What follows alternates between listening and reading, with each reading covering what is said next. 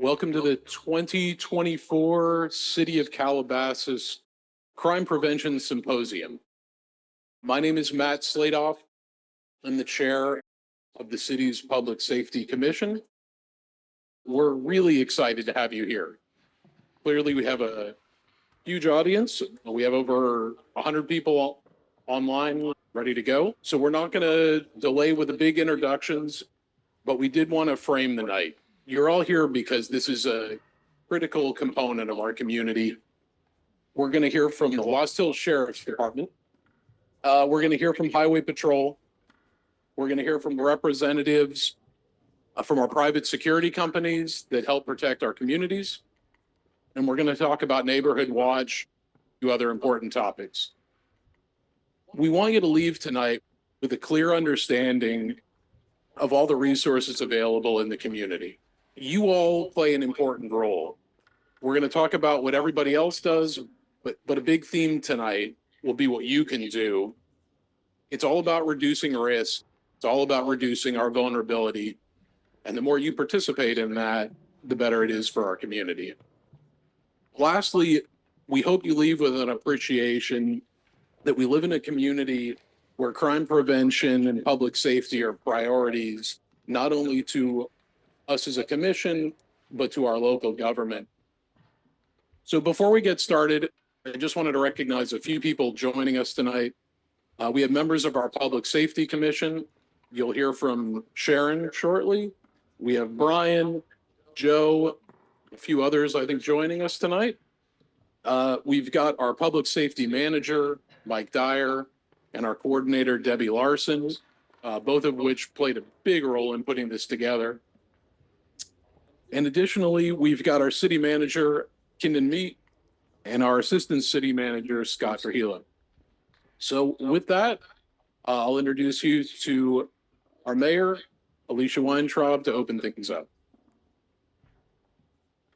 So thank you so much for being here. I wish we were all coming together to talk about a happier topic, but I'm glad we are all here tonight for this very important symposium. Public safety is truly the #1 issue to me impacting our community. And there's really nothing more important than our community feeling safe in their homes, in their businesses, and all throughout the city. And as a city council, we are committed to that. We truly are committed to doing anything we can on the public safety front.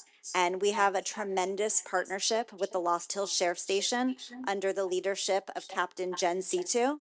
Part of what we're going to talk about tonight is what we all need to do collectively.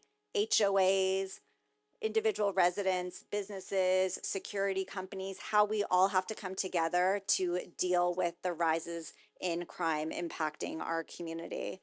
I hope everyone here understands what a priority this is and how accessible the city council is to talk to our residents when things happen. I know I've spoken to many of you who have recently been impacted, affected by these open space burglaries, and we really care deeply about what has happened. And this symposium was planned before, but this topic, we've been talking about this for years. We've had this symposium for the last 4 years, and open space burglaries continue to come up. So it's really hard to imagine that it's gotten to the point it is where we have a room full of people, but we are committed to working together to fix this problem. And we're all going to be available after to speak one-on-one, but I'm going to turn it over to Sharon Boucher. So again, thank you so much for being here, and we hope that you get as much out of this tonight as we intend. Thank you, Alicia. Thank you to everybody here tonight. It's a huge testament to see as many people here, and we know we have a large number out there on Zoom. It's my honor tonight to introduce Captain C2 and her group, and they're going to go through a lot of things that are happening or have happened out there. They're going to give you statistics. They're going to give you information about what they're doing. They're going to give you information about what you can do for yourself. So this presentation is coming up, and I want to welcome Captain C2. This is really important, and you need to hear how you can partner with us, right? So law enforcement, you think of, okay, crime, you think law enforcement's the answer, right? We're part of the answer, but we're not the answer. We're part of the solution. Everybody in this room is part of the solution. So let's go ahead and get started. So the first thing we need to look at is what are our crime stats, right? Because everybody gets onto Nextdoor and there's all this circular reporting and some of it's true, some of it's not true. So here's the facts. You know, and I just want to bring you to the residential burglaries, right? So if you look in 2020 residential burglaries, we had 23. 2021, 44. 2022, 55. 2023, 54. So that's kind of where we're at. As you can see, we are trending upwards. So next slide. So when I got to the station in May of 2022, I knew that because I live in Westlake. Kids go to school local in Calabasas. I knew this was an issue, and we had to find a way to somehow deal with it, right? And law enforcement, I'm sure you know this, across the nation, there's not enough of us, right? The amount of law enforcement has gone down. But what has crime done? It's gone the opposite way. So now I have a gap that I need to fill. And so my team and I, we literally sat down and we call it red teaming ideas, to the point where I'm like, what if we got the Google robot Spot and did like patrols with Spot? Like when we threw all these ideas out, we went to one of the largest conventions for security technology. It's in Vegas every year. We went a year ago and started really looking at technology of how we can fill that gap. So I noticed that my three big issues were obviously the residential burglaries, right? Natural disasters, and then search and rescue operation. Those were my three big issues in this community. And so I want to walk through with you today of how we collectively are going to put a dent in this. My good friend is the chief of Beverly Hills PD. And he, some of the stuff I learned from him and sitting with Vegas Metro and learning from Vegas Metro and taking basically best practices, Chula Vista. Ooh, that was kind of cool. Chula Vista PD, but really the leaders in law enforcement technology, and started meeting with them to kind of understand what can I use to fill this gap. And I'm very proud of Mark Steinberg, from the chief of Beverly Hills. He lowered his thefts, burglaries by 30-some%. And a rapper actually did a rap song about don't come to Beverly Hills, you're going to get caught. And that is my goal here, is do not come to Calabasas, do not come to Malibu Lost Hills jurisdiction, because you will get caught. So this is the plan. So next slide. And I'm going to pass it over to my tech sergeant who speaks tech. You good? Good evening. My name is Brandon Painter. I'm the detective sergeant here at Lost Hill Station. And one of the things we're using to investigate crimes are ALPR cameras, which are automated license plate reading cameras. And the city of Calabasas has made quite an investment in these. And what they do is they function in two different ways. The first way is it gives us proactive reads. So if a car comes through and it is in SVS, either a stolen car, it has a felony want, or an Amber Alert, it'll give us a real-time alert as to what that car is, where they're at, and then we can send units to it. Another way that we use it is after the fact. So they keep photographs for 30 days. So if a crime happens in the area, we can go into the database and then either search for the license plate, or we can search by make, model, and things of that nature. And this has been a tool that's been really successful. We've had a lot of success with these. Okay, so we're going to switch gears a bit and talk about the open space, right? Residential burglaries and some of the other issues. So I'm thankful for this community, all my communities that believe in law enforcement and support us. So with that, we had a member donate 3 electric bikes, off-road bikes to us. as well as these dirt bikes. And what we're doing, has anyone seen us out on bike patrol? That was not the answer I was looking for. Okay, I promise you, we have been out there, and actually, someone actually complained and said, your deputies are out there riding bikes. And I was like, well, we're doing patrol. Like, don't you want that in your open space? So you'll be seeing us out on these bikes as well as these dirt bikes. So that's another thing that we're bringing something new. We now have our electric bikes as well as our dirt bikes, and we're going throughout the communities using these to do patrol. Next slide. And sorry, they're kind of out of order, but natural disasters, right? Who's here for Woolsey Fire?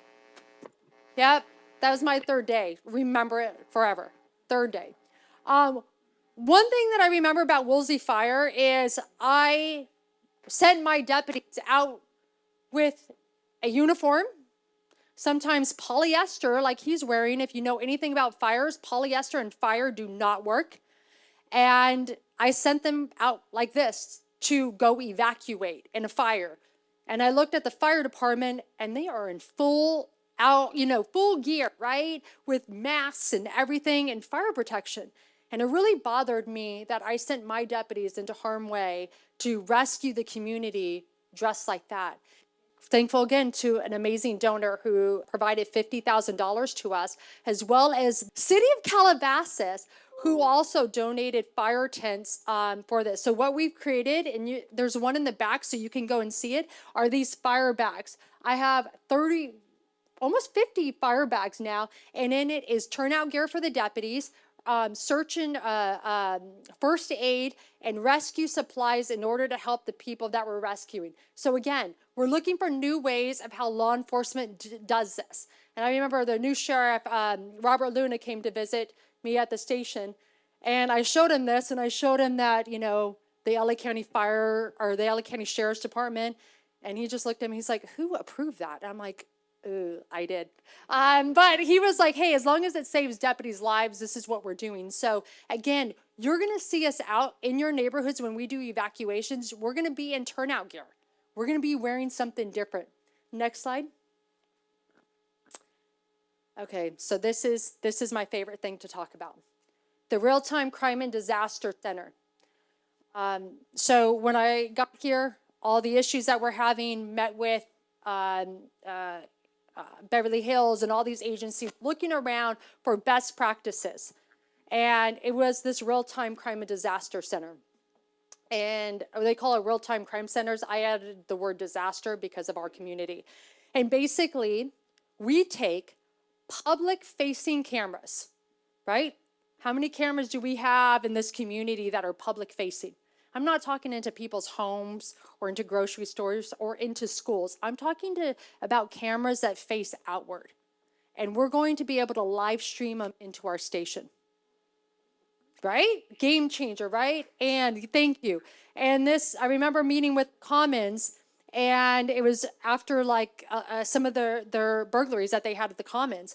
And one of the members from the Commons said, hey, Jen, can I get in a contract with you and hire some of your deputies to work at the Commons? And I said, absolutely not. I don't have any deputies to give you.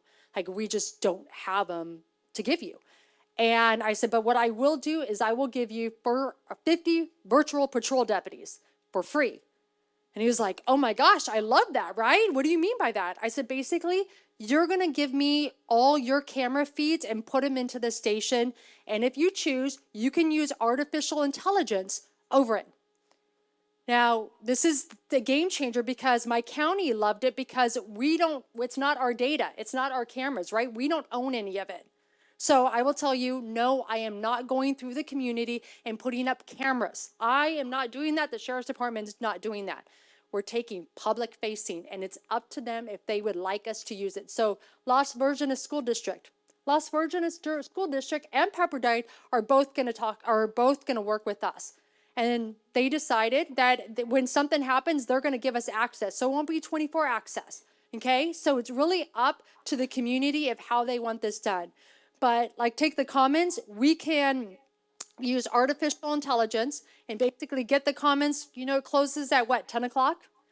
put a geo fence around the commons and say, hey, nobody should be there from like 10 p.m. to 6 a.m., right? And if someone does, it'll send off a motion alert and immediately go to our station and send us an alert where we have people watching the cameras and able to say, oh no, that's security so-and-so, or that's the cleaning crew, right? Or, oh no, I don't recognize this person. Hey, units, start going over to the commons. This is what I see. As units are responding, they're going to get real-time information. Game changer, you guys, game changer. So HOAs, I'm here to partner with you today. We have open space burglaries. I need to partner with you. I want to do this. I raised $400,000.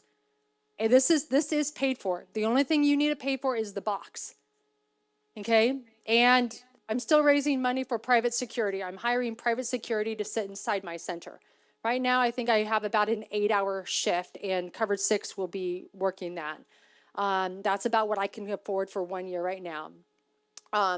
But HOAs, why don't we partner together? I'm willing to work with you. I'm willing to come to your communities and say, hey, this is how I think we could do this. I'll introduce you to FUSIS. You can say no, but at least it's an option, right? And with this real-time crime center, you know how we get a burglary call, right? And it goes to the homeowner or it goes to like whoever the manager is of that store. It takes 5 to 7 minutes for it to finally get into law enforcement. They're on the 101 freeway, they're gone. Now that's changed with FUSIS. We're able to get a burglary call alert into our station. And residents, you can actually be part of this. Private cameras registry. So homeowners, Ring camera, any camera that you have that's live stream, you can register your camera for FUSIS. And so what will happen is let's just say there's been a crime or something. I can send out a circle, put out a little circle and say this jurisdiction, hey, please check your Ring cameras for this information. And you can automatically upload your camera systems, your video. And it cuts our detectives' time, like from days of watching cameras to I need a guy with a red shirt. It'll scan all the video footage and find that one thing. And so it's going to make us better proactive and reactive. But again, I need your help with this. I need the HOAs to onboard with me on this. Next slide. Drones. How many people want to yell at me right now when I say the word drone? Does it make anyone uncomfortable that law enforcement saying drones? No? I love this community. This is like the best city ever. So usually I get people saying, okay, I'm really uncomfortable with you using the word drones as law enforcement. So my county council is also uncomfortable with me saying drones. But this is where we're at with drones. I do strongly believe in drones. I believe Chula Vista is probably the benchmark of where we want to be. The sergeant went down to Chula Vista and actually worked with them. It's drones as first responders. So imagine if you call 911, there's been a burglary at Walk and Don't Walk. Guess what? We can immediately send up the drone. Okay, so we're not there yet. Our oversight commissions have not agreed to that yet, but I will say every single one of your city council members wrote a letter on behalf of my drone program. And because of your city council members, I'm the first station to be approved for drones for natural disasters, search and rescue operations. I think we got active shooter on there. But it's a step. My foot is in the door. So this is a step in the right direction. I strongly believe in drones, and I'm going to let Brandon discuss a little bit since he is my drone expert. Brandon? Hello. Currently, we have 2 different drones at the station. We have 2 thermal drones. We have a Matrice and a Mavic 3T. Both of these have zoom lens, thermal imaging, and lights on them so we can fly them at night. We are not deploying for anything criminal related at this time. Mostly It's anything that's going to be life-threatening. So if we have a lost hiker, a car that goes over the side, or we have a missing person, we're capable of deploying for that. Great. And before we turn it over to our Detective Lieutenant Roman Foss, I think you've heard me say this many, many times. I need you guys as my partners. In the back, you're going to see our volunteers on patrol. You guys wave. Those are our volunteers on patrol. All you all are here tonight. I mean, a night right after the Super Bowl. My team didn't win, so I wasn't up late partying. But we are all here together tonight. If you're interested in partnering with us, please go visit our volunteers on patrol, because one thing with the Real-Time Crime and Disaster Center, and actually what I forgot to tell you, is this is the first center in the nation that is built like ours, where it's not government owned. You own this. This is privately funded. Privately funded. I had a lady drop me off $250,000. I had another lady drop me off $100,000. They just happen to be all ladies dropping this off. But Steve Soboroff, anybody know Steve Soboroff? He is a commissioner. He was a commissioner for LAPD. I gave him my white paper, wrote a white paper on this, and he immediately called up his friends and he says, everybody, we're donating $10,000 each. And so it's because of the Steve Soboroffs and those two ladies that really help us build our center. But we need private security, we need reserves, we need volunteers to help us. And so that's where you can get involved. If you go see those gentlemen in the back, they're going to tell you how you can be a volunteer on patrol. That doesn't mean you have to go out and drive a car now. You can be a volunteer on patrol watching our cameras, right? Just going through some training. So please, we need your help with this. Please, they're the best. We're so thankful for them. And I will turn it over to my partner, Lieutenant Roman Foss of Detectives.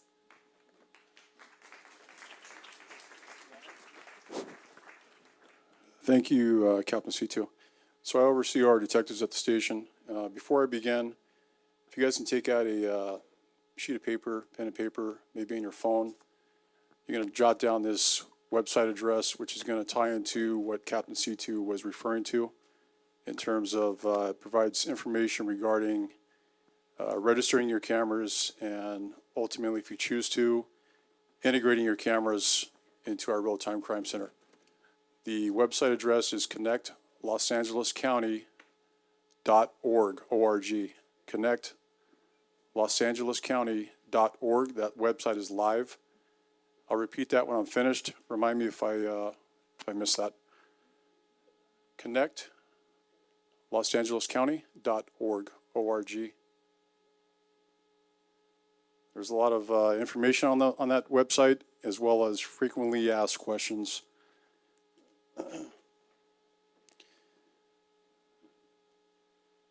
So as Captain C2 referred to the Real-Time Crime Center, we're actually we've made some progress. We've spent a lot of time focusing on some of the larger commercial establishments, as well as now we're trying to reach out to some of the residential areas. Working back in our detective bureau, I've actually mapped out a lot of the properties that surround your residences, and basically it's all owned by the HOA. We unfortunately don't have any control over those areas in terms of, how we can dictate potentially how cameras are integrated into those systems. Some of the feedback Deputy DiMatteo and I have received, as well as from the city and our field deputies, is that generally the community is in support of this program. So we're always available to answer any questions regarding that, so feel free to hit us up. So I'm going to go over, Captain C2 briefly touched on these crime statistics, and I think it's important because it does provide some perspective in terms of what's really going on. The FBI tracks Part 1 crimes and Part 2 crimes. Part 1 crimes are 8 categories of crimes that are the more serious nature across the nation to identify crime trends. We're going to compare side by side Calabasas 2022 to 2023. In 2023, you had 0 homicides. You were down 1 rape. Generally in rapes, we tend to see that the suspects are known to the victims, and or it's typically some type of dating app or oftentimes individuals meet somewhere outside the city, come to a local bar or hotel, and the incident occurs there. In terms of robberies, you guys were up 1, broken down into armed robberies versus strong arm robberies, and you guys were up 3 on the arm aspect and down 2 in the strong arm. The assaults were up by 6 incidents.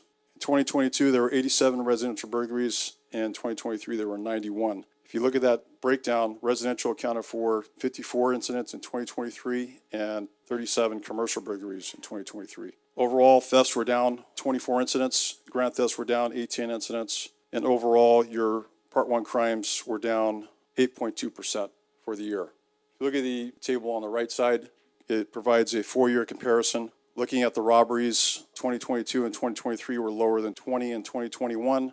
The assaults were slightly up. Burglaries, you had 4 more in 2023 than in 2022, and commercial burglaries were up from 2022 as well. Getting back to the integration of the cameras, what we typically see in our detective bureau is we see a lot of success rate in terms of how we investigate our commercial burglaries, and oftentimes it's because there is surveillance cameras at these locations. It gives us a lead to begin our investigation with. That's why we are reaching out to you. Obviously, people have questions and concerns, but we do feel that integrating those cameras, or at least registering those cameras as a first step, is going to be a first step to combating this issue. If we continue down to larceny thefts, we're down quite a bit from 2022. And your grand theft autos, I think the other important issue on the theft portion, vehicle burglaries are down. Secure your vehicles, what we see oftentimes is individuals caught on surveillance cameras checking for unlocked vehicles. Sometimes if they encountered a locked vehicle, they'll just move on to the next one. It's surprising how many people leave their actual vehicle keys inside the car, or garage door openers as well. So overall, your Part 1 crimes were down approximately 32 incidents compared to 2022, and it's actually lower than 2021 as well. I'll wrap it up with this. I think it's important, even though some people agree with placing people into custody, but I'll provide you some arrest stats for the year of 2023. In total, we had 252 arrests in Calabasas for 2023. Obviously, the majority of those are adults, and we had 9 juvenile arrests. The greatest number of arrests were for individuals with active warrants, arrest warrants.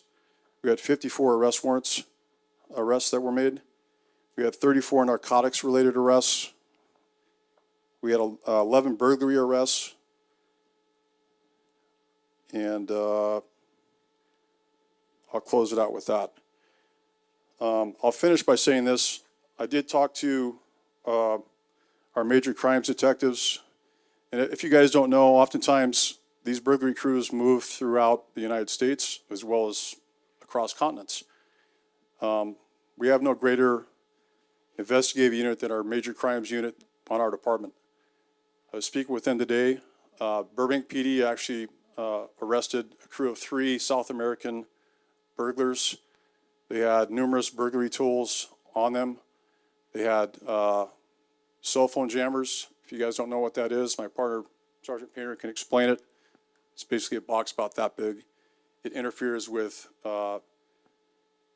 wireless camera signals as well as cell phone camera signals. Meaning, if your cameras are trying to communicate with your server, it's going to jam that device and prevent that signal from getting to where it needs to be. So they're using technology. We're trying to use technology as well. And I'll finish by saying this. Covered 6 has been a great partner. I try to communicate with them. The city's taken it upon themselves to attempt to utilize them to mitigate some of these issues. And Kristen and I are in constant communication regarding real-time incidents as well as trends as well. So we appreciate their partnership. I'm going to now introduce your community liaison, Deputy DiMatteo. Okay, yeah, my name is Deputy DiMatteo. I am your community relations representative for Calabasas. I go to all the city council meetings. I go to a ton of HOA meetings. Who here has seen me in an HOA meeting? So quite a few people here, which is great. And my purpose is to create partnerships with the community, to help reduce crime and solve local issues, all right? And residential burglaries it's the hot topic right now, and that's why I'm here, residential burglaries. Okay, so right here it says crime prevention tips. This is specifically for residential burglary, okay? Is there anybody in this room that's been a victim of residential burglary? That's extremely unfortunate. There's about 20 hands raised right now, maybe more, okay? And that's unfortunate, and so I'm gonna talk to you guys to try and prevent that from happening again, okay? This is a very serious issue. So let's keep it simple. I'm gonna keep it simple and I'm gonna keep it short. And so what we're gonna do is we're going to start from your backyard, because the current crime trend with residential burglaries are these criminals are coming up through open space, like hiking trails, golf courses, workout steps, right? They're coming up through this open space, they're entering your backyards, and then that's how they're getting into your house. They're usually doing this during dinner time hours, right? Where it's dusk, it's kind of hard to adjust your vision. And they're in and out in a couple minutes. You could be out to dinner, and you could come back and your house can be broken into. I'm sure that's happened to somebody here. So here's a few tips for you guys, all right? And if some of this goes over your head or I'm talking too quickly, we can always rediscuss this at an HOA meeting in the future. I promise I'll be there. I've got like 4 more this month. So, all right, so let's start from the backyard. A really important aspect of security are cameras that have floodlighting with it, floodlighting, and these cameras sync up to your cell phone, all right? And they give you real-time alerts of motion in your backyard. So these cameras, I recommend putting them up on your house high enough to where criminals can't reach and pull them down. I say that because I've actually seen security footage of that happening. But unfortunately, that individual gave us a really good look at his face and he got arrested. So cameras, put them up in your backyard so that they can see your fence line, okay? And you get real-time alerts. Now let's work our way in. So there are companies out there that exist right now that will install a security film on your windows. All right, this type of film essentially makes your windows shatterproof, right? Because the common method of entry into your house is by using a tool to punch your window and shatter it. And then they go right on in. So there are companies that install this film. It's a security film, makes it shatterproof. That's a very good step in slowing them down into getting to your house. Alarms. I highly recommend you have an alarm, and if you do have one, don't forget to alarm the second story of your house, if you have a second story. Alarm the second story of your house and ensure that it comes with glass break sensors. Now that we got the cameras on the outside, the window film, and the alarms, don't forget to lock your doors and windows. We have had quite a few burglaries in Calabasas of homes that have been unlocked. Pretty wild. It's unfortunate, but you got to lock your doors and windows even if you live behind 2 or 3 gates. Got to do it. And then more cameras inside your house. Cameras, I can't stress that enough. Get some good cameras and put them in your house. I say this from experience because I've seen it. Burglars have entered a residence and, well, let's say this. They approached a residence with a mask on and a hood. And then when they got in the house, in order to hear and see better, they've removed that stuff, right? Making their faces crystal clear for your video inside your house. So it's extra protection for you to put cameras inside your house. It helps us identify criminals in the event that they do proceed inside. So, hi sir, welcome. So cameras, I can't stress them enough. And then there are other ways to protect your house, right, with other gimmicks and such, but we can go over that on a private basis. So last thing, well, I got two more things. Neighborhood watch. I'm sure we're going to cover that later. Neighborhood watch, I know not everyone's interested in that, right? You guys got some stuff going on in your private lives where you don't have time for it. Neighborhood watch can be simple. It can be a text group. It can be a Facebook group chat or whatever with your neighbors. Just communicate with your neighbors. That's all it is. Communicate with your neighbors and keep an eye out for each other. That's it. If you see something, say something. If you see something suspicious in your neighborhood, you can call our non-emergency line and let us know, and we can go check it out. Let us be the bad guys. If your house is broken into, right, it's not your HOA's fault. It's not law enforcement's fault. It's not your fault. You guys are the victim of a crime, so we need to treat it accordingly, right? That's why I'm here, giving you guys these steps to hopefully prevent this from happening again. Don't rely on your HOA to protect you, right? Collaborate with your HOA after you've secured your property the best way you can to see if you can provide more security for your neighborhood, okay? So worry about yourself and then collaborate with your HOA. Keep in contact with your neighbors, and hopefully we can battle these burglaries that are going on. Thank you. All right. You've heard a lot so far, and basically the message is it's like a giant circle. The outer circle is the Lost Hills Sheriff and partnering with them. The next step, that we have a lot of HOAs that have their own private security companies running through the city of Calabasas. And what we want to do, this public safety in the city, we want to bring them together where there's a format where they can drop in information if they should see something to alert other areas of the city that this person may be coming to the next side. So we're working very hard on that. That's the next step. And then right after that, you're going to go into neighborhood watch, which is something that is collaborated both with the community you live in and with Lost Hills.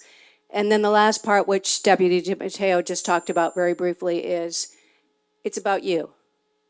We have to secure our homes. We have to do the best we can because, frankly, we can't all be in the same place at the same time. So we're trying to give you as many tools tonight as possible. With that, I want to invite the security companies to come up. I'm bringing everybody up here because I want you to see what is in the city in terms of help. And this is just another support arm that we have here in the city. I'm Mike Grant. I'm the Chief Operations Officer for Covered 6. Chris Dunn, CEO and owner of Covered Sits. Good evening. I'm Eddie Eccles. I'm the Regional Vice President for Allied Universal. Hello, I'm Richard Dermungian, General Manager, Allied Universal. Hello, I'm Salar Hashemi. I'm the owner-operator of Alpha Guard Protection. Hello, I'm AJ Scola with Securo Corporation, Executive Vice President. Hello, I'm Quentin Ridley, Client Manager, Allied Universal. Hi, my name is Richard Hubler. I'm the Post Commander for Allied. I patrol the City of Calabasas, CPHA. Right. So we have several homeowners associations up here, as well as CPHAs. Ally does that for CPHA. So we have three questions that we posed to these gentlemen that we gave to them ahead of time. And so the first question, I'm going to start with Saul. How have crime trends changed the way you patrol? Because as we know, from the front door, it's gone to the back door and open space. So Sal. First of all, I want to say thank you to the City of Calabasas for putting this together and getting everybody involved. I could sit here and talk for hours about what we've changed. I think the most important thing is getting the community involved. Purposefully setting up my patrols for sensitive times around 3 p.m. to around 9 p.m. Adding extra patrols around those times. Getting the property involved and just communicating through the property and the community and getting everybody involved in their own security. That's essentially what we've done to change things, and we've seen some good outcomes out of that. Good evening. Thank you for having us tonight. To echo what Saul said, we just basically changed our patrols to try to get into those sensitive areas where we know the burglaries are potentially going to happen. So we've just kind of changed that slightly so we can adjust to get people to kind of see us and deter them from breaking into these homes. All right. The next question is, how can communications be improved? One of the things that Matt and I, our chair, we do, as I said earlier, need everybody to start working together. And we need to start treating it's a village, and we've got to all pull together on this one. So one of the things we talked about is how can we set up some kind of a communication network for these teams of security patrols that go through the city. I'm going to start here with AJ. Well, a portal would be terrific. I don't know. We had discussed in one of our online meetings about like a social media type of setup or a portal between all the different companies. And I think more of a portal that the city controls and can vet who's inside of it would be much easier. You have to realize the security companies, we're here 24/7, 7 days a week. We're awake 24/7, 7 days a week. And someone's always got a patrol car in at least one of the areas where one of you lives. So if something is seen, it can be reported to the portal and we'll all know immediately what's going on. And if it's a neighboring community, we'll know it's coming in that direction. If it's something that's involving the city where Covered 6 is involved, they'll know it's coming in their direction. So it would be a better internal communication and faster than what we currently have. What we're doing at this point is that us, Allied, we are already communing with the gated communities. We've had a lot of good response and cooperation with them. In other words, we just share information on the burglaries. We know what area we need to move in to concentrate. And I would have to say the majority of the gated communities we patrol are cooperating, even though they're different companies. They're cooperating, and I think we're working well among ourselves. Are you using new technology and what type? And this is where I want Mike Grant from Covered 6. We're utilizing emerging technology to combat burglaries. We use drones, and with our drones that we're using, flying over the urban interface, we're attempting to track suspicious subjects and vehicles that enter those areas, and we track those subjects and we have an immediate response. The cameras are great, the drones are great, but unless you have a physical immediate response to those activities, nothing's really going to take place. So what we'll do is if we see suspicious activity utilizing the drones, we immediately respond, we set up a perimeter, we notify the sheriff's department, and we work in conjunction with the sheriff's department and local security regarding that information. But the dissemination of information is critical that it gets out there as quickly as possible so that we can capture or at least contain these subjects when they're in those areas. We also use handheld FLIRs. That's a night vision capability to track subjects that are perhaps entering the golf course so that we can also utilize our perimeters to capture them. Thank you for having us. I find myself in a very unique position because we have arrested several Chileans, and I've been tracking them for about 6 years. And all I can say is Gen C2, Foss, Painter, and De Matteo, you're lucky to have them because they're having this conversation. I'm unique in Mike and the rest of our companies because we're working with LAPD, we're working with other agencies, we're in closed sessions, and this is not stopping. This is a national issue. I have a client in Montecito who thought it wasn't going to go there, as you see the article about Montecito. So with that being said, we are catching these people with LAPD. They just made a bunch of arrests the other day, and they had hit one of the communities that we protect in Beverly Hills. And the reason that what Jen is saying, I think that the way she was explaining it was at 20,000 feet. But here's the reality. It's unacceptable that the sheriffs have to ask for technology to fight criminals. Criminals, and I'm going to add this, and I know you're nodding your head, and I have to be very direct, because if we're afraid to be brave and say what needs to be done, nothing will be done, and I have nothing to lose. I'm in the private sector. And you guys can hate me. But you won't, because you're going to understand that it needs to be said. The sheriffs have a little bit different position. The city of Calabasas has been very brave by doing the things they're doing. And look at this room. And they hired us. We got with the sheriffs. We've been collaborating. I have never seen such support from a city council ever. My wife went to Calabasas. I went to Agoura. This is our home. So this is why I'm personally invested here to make a difference. Kendon Meek, the city manager, from day one, let's think outside the box. But if we're having to raise money to get Jen and team the technology when these criminals are using Wi-Fi jammers, so I want to add that. I don't want to steal the thunder of the sheriffs, De Matteo. Again, he's at 20,000 feet. We have run into drones. We've recovered them that they're using. Many ones that are unregistered. They're also using Wi-Fi jammers, so all your Ring cameras don't work. They're also using surveillance cameras of their own that they place at your properties. Because we're getting this in LAPD right now. So we do the same thing. And for the sheriff's department have to play catch up is a problem. So when we talk about it, we're available. The city of Calabasas had brought our expertise in. We're working with the sheriffs because we are not here to replace them. We're here to support them.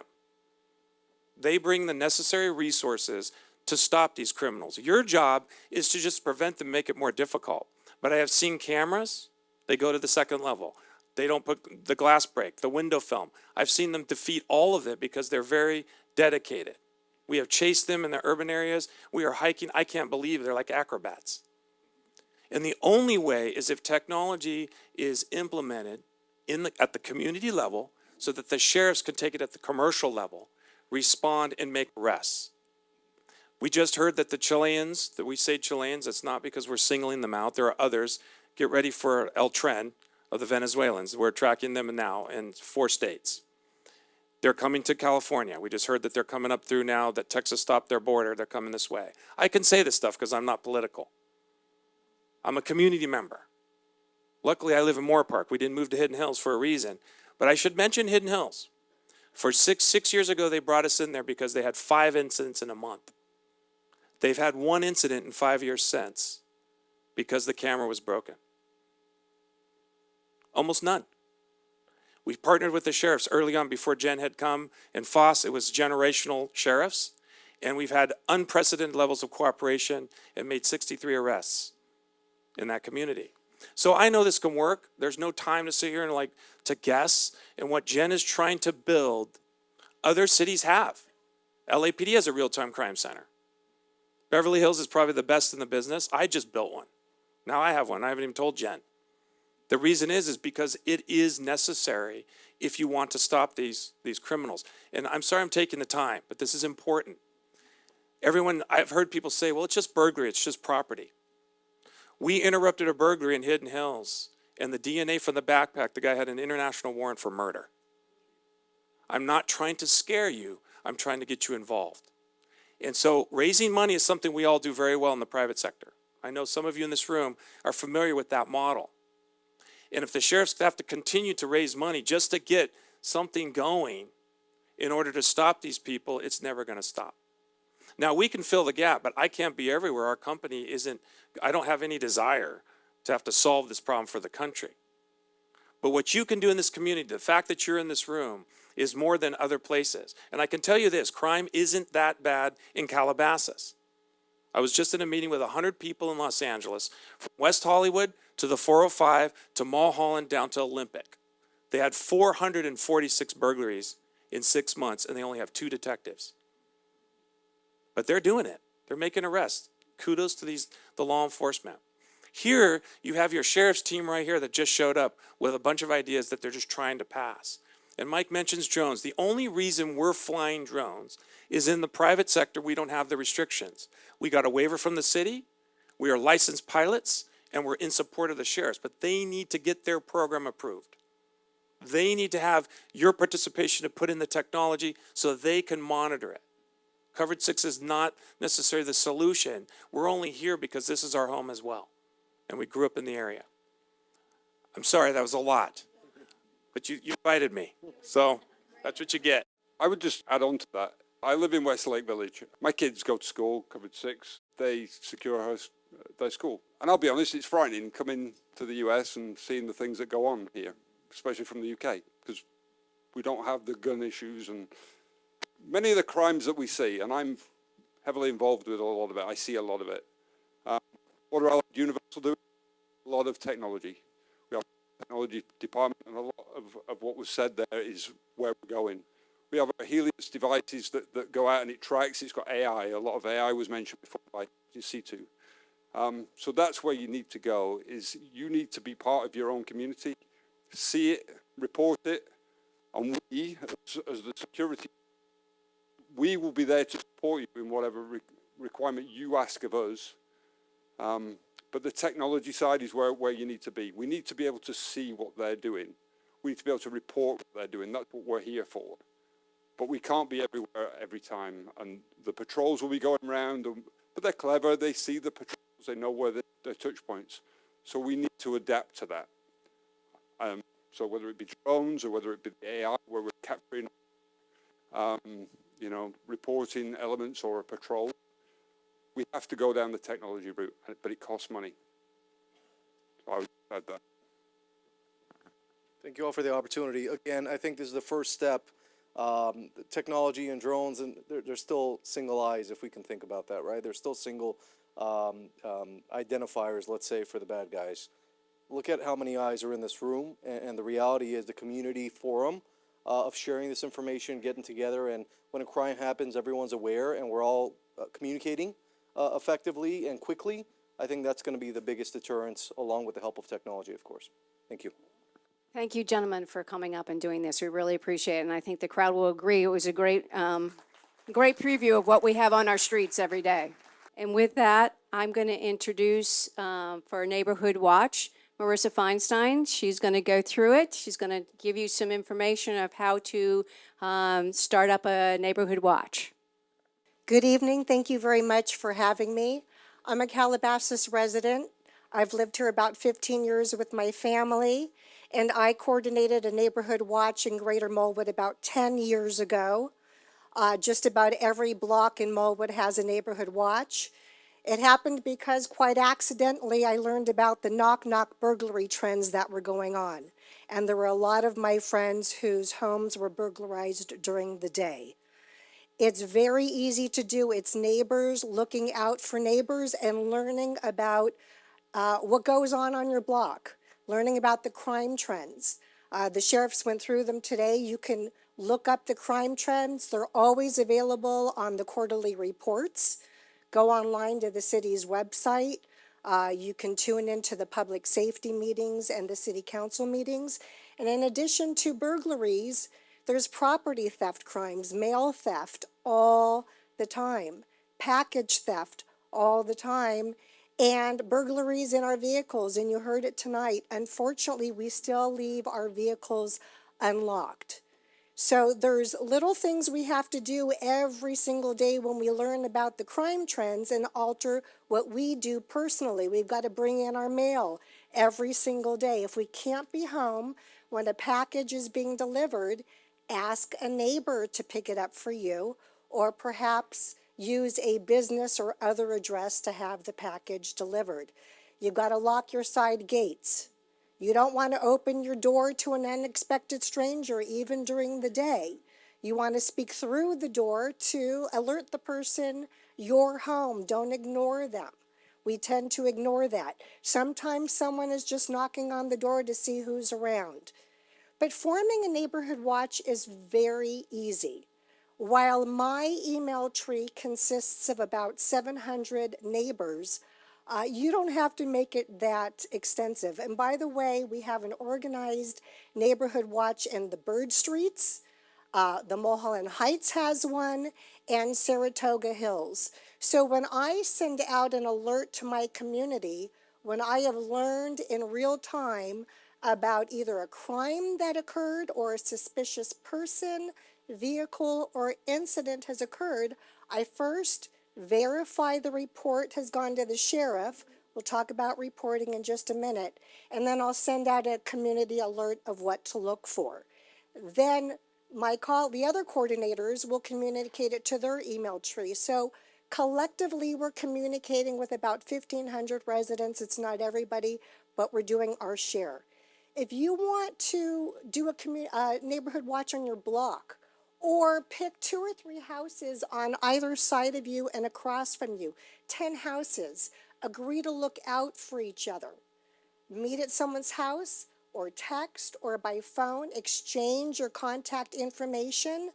Get to know the comings and goings on your property.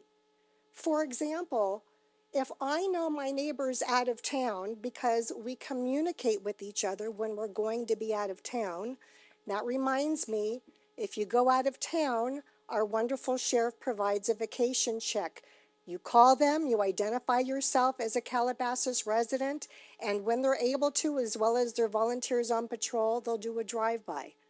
But when you know your neighbor is out of town because they've told you, and they've also told you that they're expecting absolutely nobody on their property, when you happen to go out to your mail and you've looked around, or you're pulling into your driveway or leaving, and you see somebody on their property, maybe looking over their fence, That's suspicious. Call it in immediately. Put this in your phone if you don't know it. I know it by heart. I call plenty. The sheriff's number, 818-878-1808. They're open 7 days a week, 24 hours a day. When you call to report a suspicious activity, a person, a vehicle, be as detailed as possible. They're very busy. We appreciate everything that they do. The more information you give them, then they can decide if they need to send out a patrol. And in the example I just gave you, if I were to call, I would say, this is Marissa. I'm a Calabasas resident. My neighbor across the street is out of town. I know that because they told me. And they're not expecting anyone on their property. And I am watching right now somebody in this description looking over their fence. They need those details. If you observed something suspicious and you think about it and an hour goes by, still call it in, but an hour goes by, it's hard to do. So you want to get your neighbors together, look out for each other, have meetings. You can call our Calabasas liaison to come to one of your meetings, or somebody else from the sheriff to talk about the crimes and what you can do to look out for each other. And then the leader of that group, you should send out safety tips. I send out safety tips all the time that have been gathered through the years that I've collected from the sheriff. And I end all of my emails with lock it, look out, and report. Lock it. Lock your car. Lock the gates to your home. Lock your doors and windows. Look out. Look out for suspicious persons, suspicious vehicles, suspicious incidents. Unfortunately, with all of the burglaries, sometimes we don't know what is suspicious anymore because sometimes everybody looks like you and I. That's why it's important to know your neighbors and know what goes on in your community. Then you know what might be different. And then report to the sheriff first. If you do form a neighborhood watch, you then, after you have reported a suspicious incident to the sheriff, report it to your coordinator or whoever's in charge, even if it's just 6 of you or 10 of you, so that leader can send out an alert to your block. And everyone's on the lookout.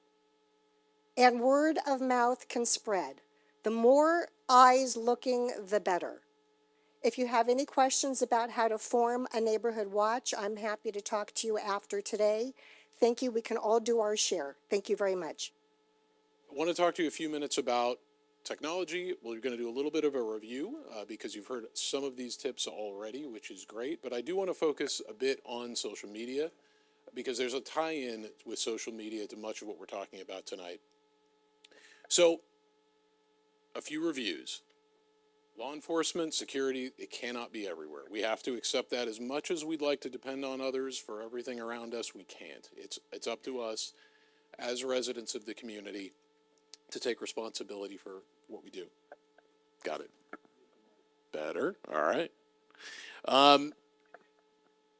And everything you're hearing tonight truly can deter crime. We get crime reports monthly. We do our quarterly meetings. We see them in the newspaper every week.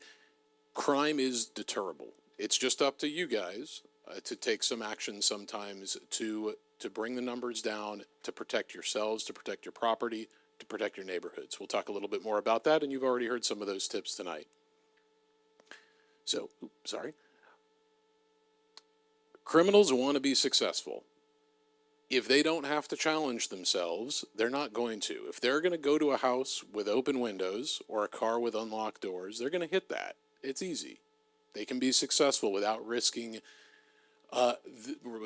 getting arrested, without risking not being successful. So the more layers that we can all put in place, the harder it is for them to be successful. They're going to move on. That's our goal, right? We want them to transfer targets. We want them to go up the road somewhere else that's not as protected, preferably outside of our community. And don't make it easy. We're going to talk about not making it easy, and that's really important. And it's truly not too hard. There's just a little bit of thought and a little bit of planning that can go into this to protect yourself. Technology, in the end, is a great asset. We've heard about drones. We've heard about electric bikes. We've heard about real-time crime monitoring, but it can also be a vulnerability. And that's something we need to recognize too. We just heard about Wi-Fi jamming. That would be one of those, a perfect example of a vulnerability. It's technology against technology. So how do we counter that? So we'll talk about a couple of those things too. So just an example with social media. A couple recent reports. It's for real. Criminals are monitoring what you all are putting online and what your family members are putting online and what your kids are putting online, because they're the ones who put the most out there sometimes. So be aware of what's online and what's public and what's private. So we've heard about a few pieces of technology already. Cameras, doorbell cameras, gates, locks, all of it's great. There's no downside to any of it. We just have to make sure it's being used properly. Gates, I want to highlight. A lot of us here live behind gates, and that's great. And that's one more layer in your big perimeter. When was the last time that somebody reported a remote control that they lost to their gate person or security company? How often does that happen? Not a lot of hands. When you sell a car or get rid of a car that has your remote control programmed into the console, do you wipe it out? Great. I hear a lot of yeses. That's awesome. Not everybody says yes, but those are quick little things with remotes. We all depend on remotes a lot. Remotes are very easily compromised. So be safe with your remotes. Lock them up and don't leave them accessible. When you park your car, we'll talk about cars in just a second. Quick little run through on cars. We're going to talk more about remotes. We heard from the sheriffs about alarms, glass break sensors, motion sensors. Those are all critical. These little enhancements you can make to an alarm system that you might already have it. You might not have these components to it. It's worth the investment. The reason we all read about getting entry through breaking glass slider doors or going through windows, because most traditional alarms are just going to have contacts. They're going to have contacts in places where if the door moves, if the window moves, the alarm goes off. These people are smart. They go through the glass. Well, that frame of the window never moves. That's not setting off your alarm. So that's why those glass breaks are super important, motion sensors and other things. Marissa just mentioned mailboxes. Use a private mailbox. Work with your neighbors to get your mail accepted elsewhere. There's nothing more inviting than a big pile of boxes on your front doorstep. Informed delivery is a program from the Postal Service. If you do get a lot of mail at home, it's great. You sign up for it. You're going to get a scan of what what your mail delivery is every day coming to your email, so you know what to expect. It's a free service.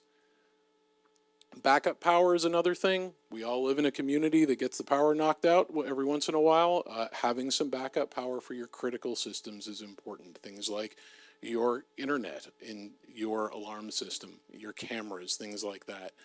Make that home look lived in. And we're going to talk a moment about securing your smart home. Everybody has some degree of smart home, whether it's a doorbell or other things. If you want to turn your air conditioning on remotely or do other things, all of those connections to the outside world can invite people in. And that's what we want to be really safe about, especially alarm systems that can be worked remotely. So a few things with online activity. These are some of the basics, but the basics are the things that people forget sometimes. So Wi-Fi, really great. We all love it. Consider critical devices being hardwired in. That alleviates those Wi-Fi jamming devices that we just heard about. If you have cameras, hardwire a couple of them. It might cost a little bit more to run that cable, but it's not going to get knocked out by a Wi-Fi jammer. With your passwords on your devices, we hear about passwords all the time. Change your default passwords. It's really easy just to use the things that it comes with. However, those are discoverable. Those can be found online for things like door locks, gate locks, and others. You want to make sure you're changing those default passwords and codes. Safes also, regretfully. Program them. Make sure you're using passwords and codes that people can't discover easily. SSID, that's the name of your Wi-Fi. Make it something super uninviting. Don't put your name or your address in your Wi-Fi. That's bad. I've seen lots of fun examples out there. Compromised network, that's a good one. Like, nobody goes to that. So be creative, but don't make it super obvious what Wi-Fi that is connected to your home. A few of these others, power loss we just talked about, firmware, keep things up to date. That's how things get compromised. If things are pinging you that they need an update it. I get that from my parents all the time. I always get that note, like, do we update this? Is it safe? So yes, it's safe. Click the update, make sure to do it. Spam and phishing, these have been around a long time, but they're successful. That's why they've been around a long time. They play the number game. They can spam thousands and thousands of people and find ways into your world. That can lead to other things. That can lead to compromised social media. That can lead to compromising a password that you use throughout a lot of things in your world and get into your home. For those that use the same password for everything, stop doing that. Change that tomorrow. Because if that password goes down, that means your whole world gets compromised potentially. So really important to recognize that. Make sure those links are going the places you want them to. Don't provide information to anyone. The IRS is not going to text you. I promise you that. And you also didn't win a lottery, and royalty is not contacting you. All of those things, we laugh, it happens. And by the way, you don't pay for anything with Amazon gift cards. That's the other one. So it sounds crazy when we say it in here. It sounds pretty real when people are talking to you on the phone, and there's urgency, and there's pressure, and there's time. And that's what you got to be really careful about. And I've seen people get hit with those things that you would never think would get hit by it. And they think about it afterwards, and they can't believe it happened either. So, 2FA, two-factor, use it for everything. It's going to be your bypass for if your password does get compromised. Hopefully your phone and your password won't get compromised at the same time. That two-factor can be really important. So set that up on anything you can. Anything that offers a second way to make sure it's you, use it. Let's talk about social media. That's what we were going to hit on here. Social media is not going away. It's hugely important. People love it. People survive by it. But there's some basic things we got to remember because these lead to your personal security. So things like making sure you're private. When I say private, that means you can have some public-facing information, but just make sure it's information you're comfortable with the whole world seeing. That's kind of the way I look at it. Once it's out there, it's never coming back. So make sure you're comfortable with that. If you're not, set it to private. And most of these sites, Instagram, Facebook, Twitter, and others, you can set sections of it to private. You don't have to privatize the whole thing. There's different settings to make things private. If you are getting requests to be friends, to be liked, and all those good things from people you don't know, you shouldn't accept those. It doesn't matter how popular you want to be. They're looking to learn more about you because if you get accepted or they get accepted into your world, they see everything. So keep that in mind. Don't flaunt. We see that often. People put flashy pictures of their new jewelry, their new car, their new things, their new everything online because that's what makes you cool. That also makes you a victim. So keep in mind, the more you promote that kind of thing online publicly, the more you will be targeted. Advertising a routine. We heard from the sheriffs earlier, a lot of the times people talk about, I just went to the coffee shop and they broke into my house, or I just went to dinner and I broke into my house. Sometimes, if people talk about a pattern, or that pattern is very obvious and it's the same one and the same route and the same routine, you're pretty predictable. So change it up. If you don't change it up, don't advertise it. Don't talk about the same coffee place you go at 9 o'clock every morning. Bad practice, because guess what? If you're there, nobody's at your house. So travel is huge. Everybody wants to brag about their Caribbean vacation or their trip to Hawaii or their big trip to Europe. Do it when you get back.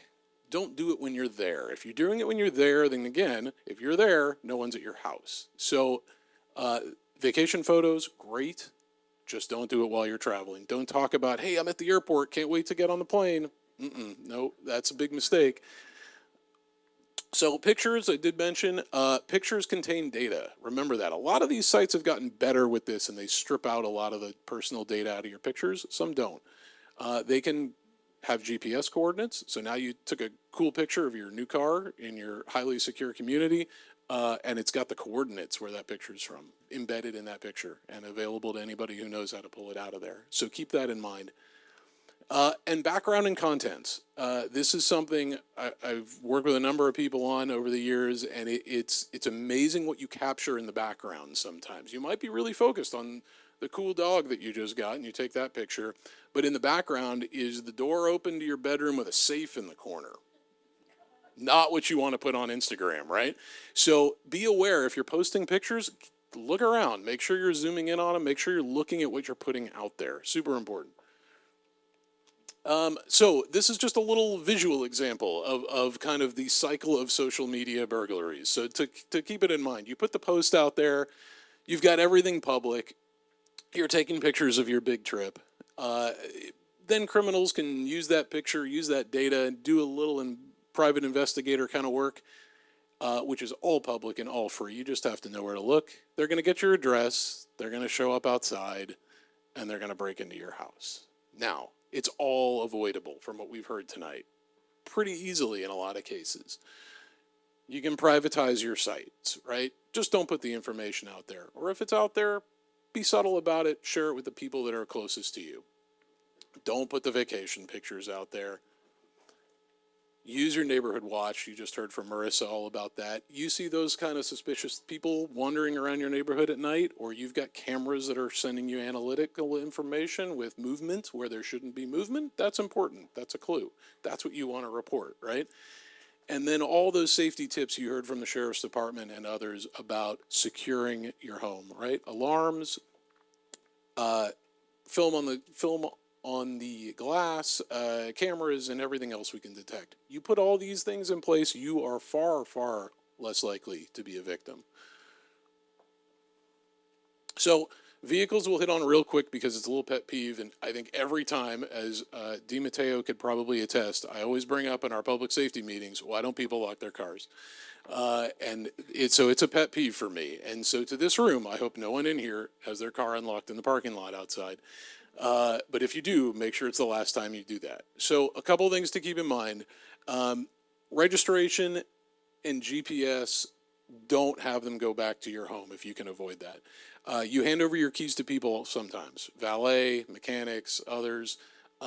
If you've given them your address on your registration, or they key up your navigation and see go to home, and that is your real home, well, they've now got the keys to your car, the remote to your garage, and the address to your house. So keep in mind, it's discoverable. Maybe pick something across the street for your home. Pick something close, but not right there. Consider registering your car elsewhere, like a post office box, a business address, things like that. So it just protects you a little bit better. We talked about remotes, lock them up. Anything you can do to secure your remotes. Use settings. Many cars now for valet have settings that will lock your data in your dashboard and other spots. So there's a code involved, and you can't access your personal data in your car. Cars are computers. They're computers on wheels. They've got your whole life in there. They sync with your phone. They know your friends. They know phone numbers. They know maps, addresses, and everything else. Lock it up. Wipe your data before you sell it. I mentioned that. That's an easy one. AirTags, fun little toy that we use a lot. So AirTags, about $20 a piece. They are GPS tracking devices that you can put nearly anywhere and on anything. And they last about 2 years or so just on their battery, and then they're kind of done. But throw an AirTag in your car. It's amazing what you can do to find things with one of these. As long as there's a cellular signal that one of those can hit, you can pull it up on your phone and see exactly where your things are. That could be your car.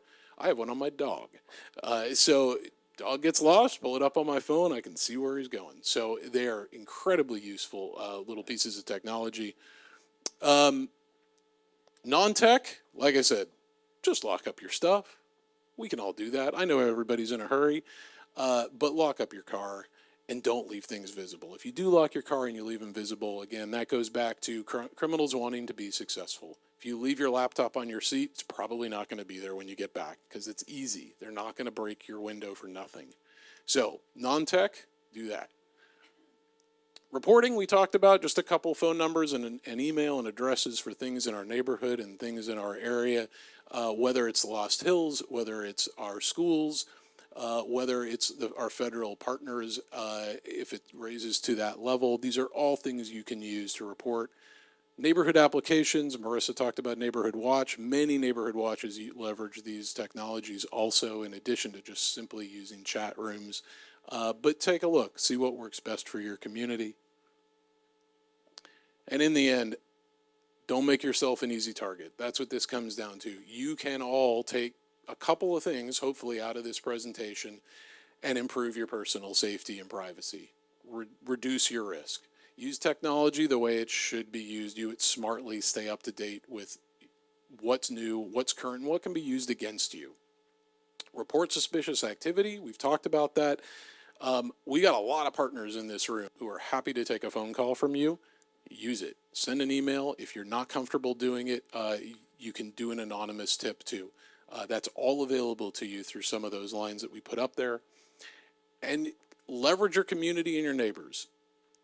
That's what we're all here for. We have a room full of people and a whole other room full of people online that are interested in protecting our community. So take advantage of it, talk with your neighbors, work together, and make the community more secure. So thank you for your attention on that. I know we went through a lot.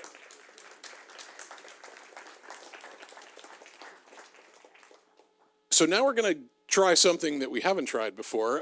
We have our partners from the California Highway Patrol that regretfully were not able to come to be live in person, but hopefully live on Zoom for us. So let's see if we can get them online and welcome Detective Cohen, who hopefully will be talking to us a little bit about what Highway Patrol does regarding their retail crime task force. He'll give you a little bit more information. We've talked a lot about residential tonight, but now hopefully he will join us and talk about retail. Hi, everybody. My name is Detective Alan Cohen with CHP's Organized Retail Crime Task Force based in the Los Angeles area. I'm here today to talk to you a little bit about our task force, how we started, the resources we have, how we can help, how you can help, and provide you with some contact information for our teams. So our task force began in 2019. In September of 2018, Assembly Bill 1065 passed. Assembly Bill 1065 stated that the California Highway Patrol would create a statewide organized retail crime task force or property crime task force to combat the crime of organized retail theft. It also created that crime, which is 490.4 of the California Penal Code. So in 2019, we received our funding and created our statewide task forces, which we currently have 3. In July of 2021, Assembly Bill 1065 was actually set to expire. And for just about that month of July, the Assembly Bill did expire. The task forces were put on hold, and the crime of organized retail theft actually didn't exist for a month.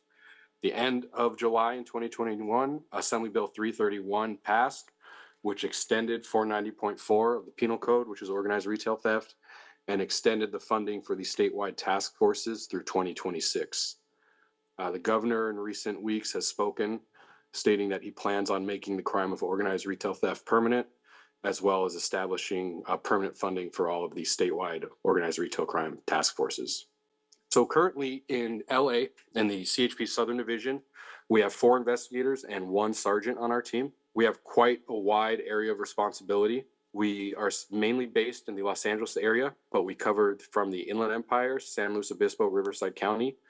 We cover from San Luis Obispo down through Santa Barbara, Ventura, LA County, and then into the Inland Empire, such as Riverside and San Bernardino. Primarily, our investigations are based in LA, Riverside, San Bernardino. We split with our Border Division team, which picks it up in Orange County and goes down south through the border. And then we have our 3rd team, which is referred to as the Golden Gate team in the Bay Area, which handles the Bay Area and north.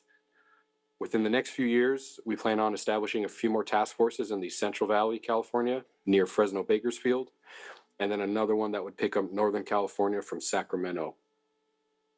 Our teams work hand in hand with other agencies such as LASD and LAPD, and we primarily focus on investigations that involve criminals committing thefts at retail establishments or smash and grabs through multiple jurisdictions. Instead of having these crimes filed in each individual jurisdiction, we try to aggregate them and file one large investigation, compiling all these crimes throughout the state and look for greater penalties. We'll take crimes that are committed through LA County all the way up through the Bay Area and file one large investigation on criminals, hoping that we can get a greater sentencing on them for these investigations and hopefully putting a stop to what they're doing. Some of our other resources that CHP just has to offer is we have 103 patrol offices throughout the state. These offices have everything from patrol units to canines to commercial officers that focus on enforcement of tractor trailers and big rigs through highways and public roads, through canyons as well. We have helicopters, we have fixed wing planes that also assist with traffic enforcement, assist our detective units with surveillance. Throughout the state, we also have other detective units such as gang units, narcotics, organized retail theft, cargo theft, as well as our own major crimes. We work hand in hand with many local jurisdictions, again, such as LASD and LAPD, and try to always assist each other with resources and to solve these crimes and complete these investigations. All right, so how you can help. One thing you'll always hear probably from every law enforcement agency is if you see something, say something. You know, if you see something that sounds suspicious, something that just doesn't seem right, or you get a gut feeling that something's wrong, please do tell somebody. Whether it's law enforcement or you're in a store and you want to ask an employee if something looks right or odd, or a store manager, please say something. All law enforcement agencies have non-emergency lines if you'd like to contact that as well instead of 911.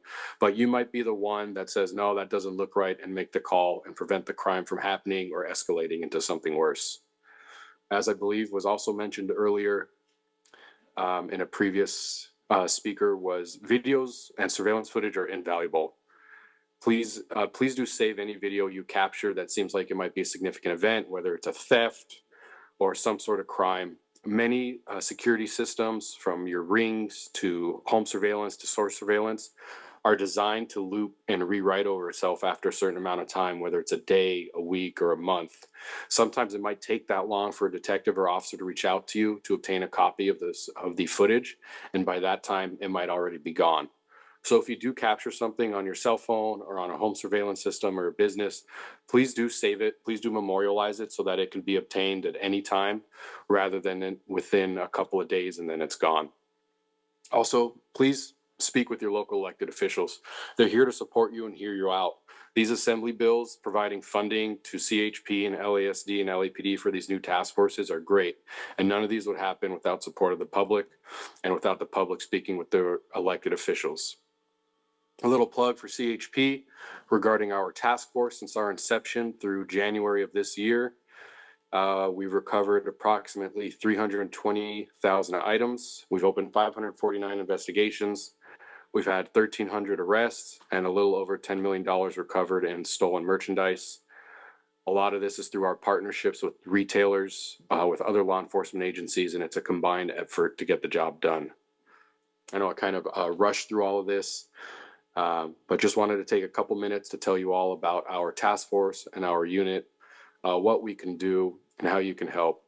For any crimes normally committed in your area, you'd want to go to your local law enforcement agency first, which would be LASD. We're here to support them with whatever resources we can. You can also find us on our website through CHP, where we have a tip portal if you'd like to submit anything related to organized retail theft. On the next slide will be my contact information with my phone number. Please feel free to reach out. If I'm unavailable, you can ask for my extension and leave a message, or if you have any questions we may be able to further to assist with, please don't hesitate. Thank you again. Hopefully this wasn't too bad since I couldn't hear myself and wasn't able to make it in person, but I appreciate everybody's time.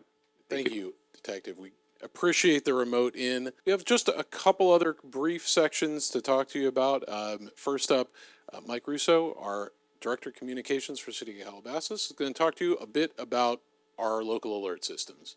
Couple of things I want to talk about. First off, you know it, Blackboard Connect, or what is now called Final Site Connect. These are the mass notifications. Now, we did a few of them just this past week with the rainstorms. How many people received those notifications? So my assumption is those who had their hands raised are signed up for those mass notifications, correct? All right, how many of you are not signed up for the mass notifications? Okay, what you need to do is go to the website there, cityofcalabasas.com/public safety, and you will see the big banner there. It'll actually say, instead of Blackboard Connect, it'll say something called Final Site Connect. That's the new company that bought that platform from Blackboard. Same thing, okay? You sign up, you put your name, your phone number in there, your contact information, and if there is an emergency or something that's very urgent, we will send out a mass notification, usually text and an email. There is an option to receive a phone call. I usually reserve those for things that are really, really serious. As in, fire is coming into our city right now. You're in a neighborhood that needs to evacuate. So this past weekend, not this past week, but the week before, we did 3 different mass notifications. One was Saturday afternoon on the 3rd, and then Sunday evening around 9:45, you may have received one, and then Monday afternoon as well. All related to the rainstorms. We had 10 inches of rain in 3 days in Calabasas, okay? So, and this goes to our next thing that we're going to talk about, and that is social media. We talked about social media earlier. Obviously, there are concerns about that, certainly. But I would recommend that you get onto social media, because that is the way, frankly, that not just this city, but most cities put out the word, put out information from their particular government. It's a very common thing that you see now. And even if you don't follow anybody else, follow the city of Calabasas, follow Lost Hills, LA County Sheriff, LA County Fire, maybe Ventura County Fire if you like. And that's it. You get those and you're covered. You see, very easy to do. This past week with the storms and then of course the earthquake, if the storms weren't enough, we put out 54 social media posts. Okay? We usually have something on there every day, sometimes 2 or 3 times a day, depending on what's going on. And that is a way to get a lot of information out to people very quickly. In the old days, what would you do? You would hold a news conference and maybe hope that the news media got the story right. Okay, well now we can hopscotch the news media and go directly to you with information. And it's not a bunch of garbage. Like with the mass notifications, you're not going to be hit with, some sort of city telemarketing thing or anything like that. It's good, vital information, and it's a direct connection from the city to you. So just those 2 things, be sure to sign up for the mass notifications, and also be sure to follow us on social media, okay? And I'll turn it over to Mike Dyer. Thank you. Okay, I know we're doing a crime prevention symposium, but Debbie and I wanted to steal just a few minutes of your time to talk about Know Your Zone and Zone Haven. In all of your first aid kits, we slipped a Know Your Zone card and also a Know Your Circuit card. So back in the old days when I was working in the fire department and we rode on horses and everything years ago, we told people when we were doing evacuations, when the sheriff would order an evacuation, we would rip out a Thomas Brothers guide and say, evacuate this area. You have this whole area to evacuate. Well, guess what? We're in the 21st century now, and we know we have something better than that, better than a Thomas Brothers guide. We have Zone Haven, and Zone Haven has actually been adopted in Ventura County and Santa Barbara County as well, so it'll cross county lines. And what we'd encourage you to do is look at the map. We have 2 of the posters in the back. We have Know Your Circuit and Know Your Zone. Go back there and see what your zone is. And you can go in this card, you can use, if you have a smartphone, you could use the QR code and go onto our website and get a bunch of great information. Now, You say, well, there's not going to be any fires for a long time. Well, guess what? We have floods, debris flows going on right now. And the reason we've sent out so many notifications is the ground is saturated. So this coming weekend with another atmospheric river coming in, we have to be on our toes. So you do a ready, set, go, just like you do with fires, but you do it with floods too. And so just be aware of your surroundings, be aware of the problem areas around your house. So with that, if anybody has any questions about it later on after the session, I'll be available in the back. Thank you so much. I'll turn it over to Debbie now about Know Your Circuit. This is from the Southern California Edison Public Safety Power Shutoff. When the power is going to be shut off, you receive a notice from SCE, you receive a notice from the city that power is going to be shut off. What we did for you to make it simpler is this other little card that's inside your first aid kit. You can mark on it what your circuit is and what your segment is, because when information comes from SCE, they say circuit, which one, ROTA, is going to be turned off, or they'll say circuit ROTA and segment number 2, and most of us say, well, we don't know what that is. So we tried to make it easier for you. If you could take this card and put down the name of the circuit that you're in, and then the segment. If you go on the back of this card is a QR code, and you'll be able to go to our website and you can see the name, you can look up the name of your circuit and your segment and write it down on this little card and keep these cards in your wallet. Okay, you can do the same thing with the evacuation information. There's a number that you can see at the top. It says my zone is CAL C4-09. Okay, that's your zone. So you need to mark that on that little card as well, in case you don't have access to your phone to look up what zone you're in. So these are, I'm hoping they're going to be very handy, useful cards. Keep in your wallet when you need it best. Thank you, Mike and Debbie. Just a couple quick notes. Again, thank you all for coming out tonight in person. For those online, we greatly appreciate it. If you signed in here tonight, you should be receiving some slides that you saw tonight in email. I think those will be coming from Debbie in the near future. The presentations will also be available online. We've recorded tonight for those that couldn't make it, or if you want to check out some of the tips we talked about, they'll be available for you soon. So thank you to all our presenters tonight, all our folks at the city who helped put this together. And Alicia, you can help close us out. Thank you again for everyone being here. I know there's people in this room who have some specific questions about open space burglaries. Our law enforcement is in the back and they will be happy to answer any questions. All members of the city council are here and staff. So please come up, introduce yourselves and ask your questions. And thank you for being a part of tonight.